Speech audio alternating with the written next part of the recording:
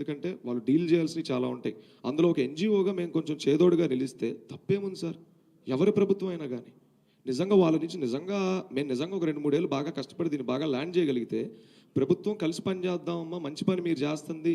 ఇప్పుడు గవర్నమెంట్ కొన్ని స్కీమ్స్ పెడుతుంది. 3 రెండు కలిస్తే బాగుంటది అనుకున్నప్పుడు తప్పకుండా కలుస్తాం. 3 ఏళ్ళు తర్వాత కలుస్తాం అనేది కాదండి. ఇప్పుడు లైన్‌లో ఉంది P4 అనేది ఇప్పుడు ఉంది. సో మీరు ఇమ్మీడియేట్‌గా కూడా P4తో కూడా కలిసి పనిచేసేదానికి ఎక్కడైనా దత్తత తీసుకొని కొన్ని కుటుంబాలని బాగు చేయడానికి ప్రయత్నం చేయొచ్చు కదా. అదే సార్ అదే వెల్కమింగ్ ఎప్పుడైనా ప్రభుత్వం నుంచి ఉండాలి కదా సార్. ఇప్పుడు మేము ఒక ఎన్‌జీఓగా మా పని మేము చేసుకుంటున్నాం. మేము వెళ్ళిపోయి డైరెక్ట్‌గా వాళ్ళకి ప్రపోజల్స్ పెట్టలేం కదా. దానికి ఫస్ట్ మేము అర్హులో కాదో మేము చూసుకోవాలి కదా. మమ్మల్ని మేము చెక్ చేసుకోవాలి కదా. ఒకవేళ నిజంగా మేము అర్హులు అయితే వాళ్ళే పిలుస్తారు సార్, అంతే. రూప్ గారు ఒకటే sir one by one sir please. Roop గారు ఏంటి సార్ ఒకసారి అడగండి సార్, నాకు కనపడలేదు.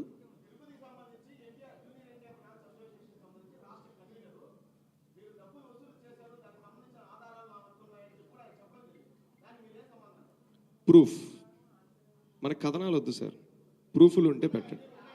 ఇవ్వమనండి సార్. ఇప్పుడు నాకు ఎవరో దృష్టికి తెచ్చారు మన మీడియా మిత్రులే. ఏఎస్పీ గారిని కలిశారు, మీ మీద కంప్లైంట్ ఇచ్చారు, మీరు తప్పు చేస్తున్నారు అన్నారు. ఆ కంప్లైంట్ పేపర్లో అవి కూడా పెట్టి మేము తప్పు చేసి ఉంటే ఇవాళ అదే బయట ఉన్న పోలీస్ శాఖ గారు వాళ్ళకి థ్యాంక్స్ చెప్పుకోవాలి సార్. ముందు మర్చిపోయాను, వారు మమ్మల్ని అరెస్ట్ చేయొచ్చు.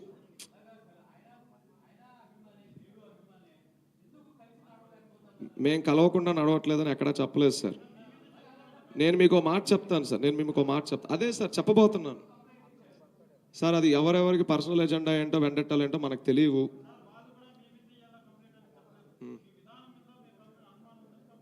అనుమానం ఉంటే ఇన్వెస్టిగేషన్ జరుగుతుంది. లా అండ్ ఆర్డర్ అనేది ఒకటి ఉంది, ఇన్కమ్ ట్యాక్స్ ఉంది, ఈడీ ఉంది, సిబి ఉంది, సిబిఐ ఉంది, సిఐడి ఉంది.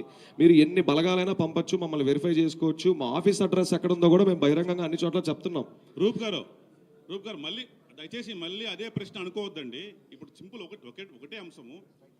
మీరు ఎవరైతే ఏ కంపెనీ అయితే ఎన్టీఆర్ బొమ్మను చూపించి అడుగుతారో అదే కంపెనీ మీకు సిఎస్ఆర్ కింద ఫండ్ ఇవ్వడానికి ముందు ఎన్టీఆర్ కార్యాలయం విడుదల చేసిన ప్రకటన పక్కన పెట్టుకొని మీకు ఫండ్స్ రిజెక్ట్ చేస్తుంది కదా. ఒకటి కాదు, మీరు ఏది అప్లై చేసినా సిఎస్ఆర్ కింద ఖచ్చితంగా రిజెక్ట్ అవుతుంది. ఎందుకంటే రా ఎన్టీఆర్కి మీరు ఎలాగో ఎన్టీఆర్ బొమ్మ చూపిస్తారు, అందులో 100% సిఎస్ఆర్ కింద మీరు అడుగుతారు కదా. అదే రా ఎన్టీఆర్ సంస్థ అప్లై చేస్తే మీకు వచ్చి ఎన్టీఆర్ విడుదల చేసిన ప్రకటన మీకు చూపించి మీకు ఫండ్ రిజెక్ట్ చేస్తారు కదా. అన్ని చోట్ల మీకు ఎదురు కాకూడదు, అలాంటి సందర్భం రాదనుకుంటున్నారు. ఈ స్టేట్మెంట్ కరెక్ట్గా 5 రోజుల కిందటే వచ్చింది సార్ మా రామారావు గారి ఆఫీస్ నుంచి. ఎన్టీఆర్కి సంబంధం లేదు అని. అందుకే మేము వెంటనే ఒక న్యూస్ ఛానల్ అడిగినప్పుడు మేము డిబేట్లో మొరబెట్టుకున్నాం. మేము పడుతున్న కష్టాలు ఇది, మా ప్రాబ్లమ్స్ ఇవని. ఇప్పుడు మీరు అన్నారు మేము వ్యక్తుల దగ్గరికి వెళ్ళి అడగట్లా, వ్యవస్థల దగ్గరికి వెళ్ళి సిఎస్ఆర్స్ రైజ్ చేస్తున్నాం. And CSRs is 100% legitimate and on bylaw.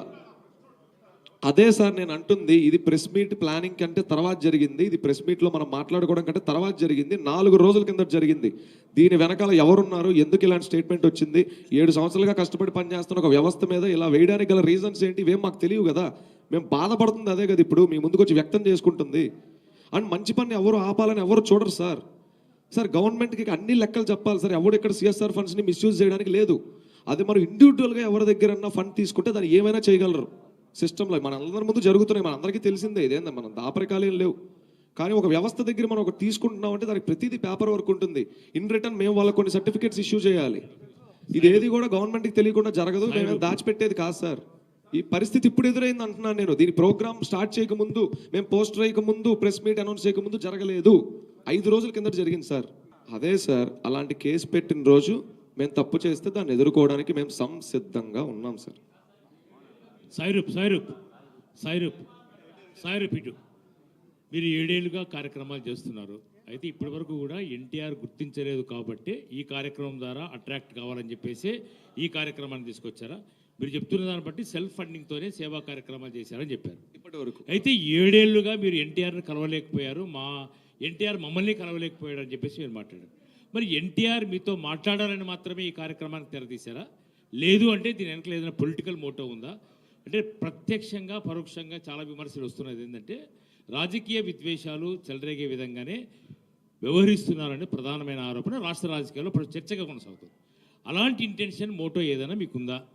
స్పష్టంగా చెప్పేయండి. ఎందుకంటే మీరు ఎన్టీఆర్ మీతో మాట్లాడలేదు కాబట్టి ఈ కార్యక్రమం చేస్తున్నాం అన్నట్టుగానే మీరు ఇందాక మాట్లాడారు.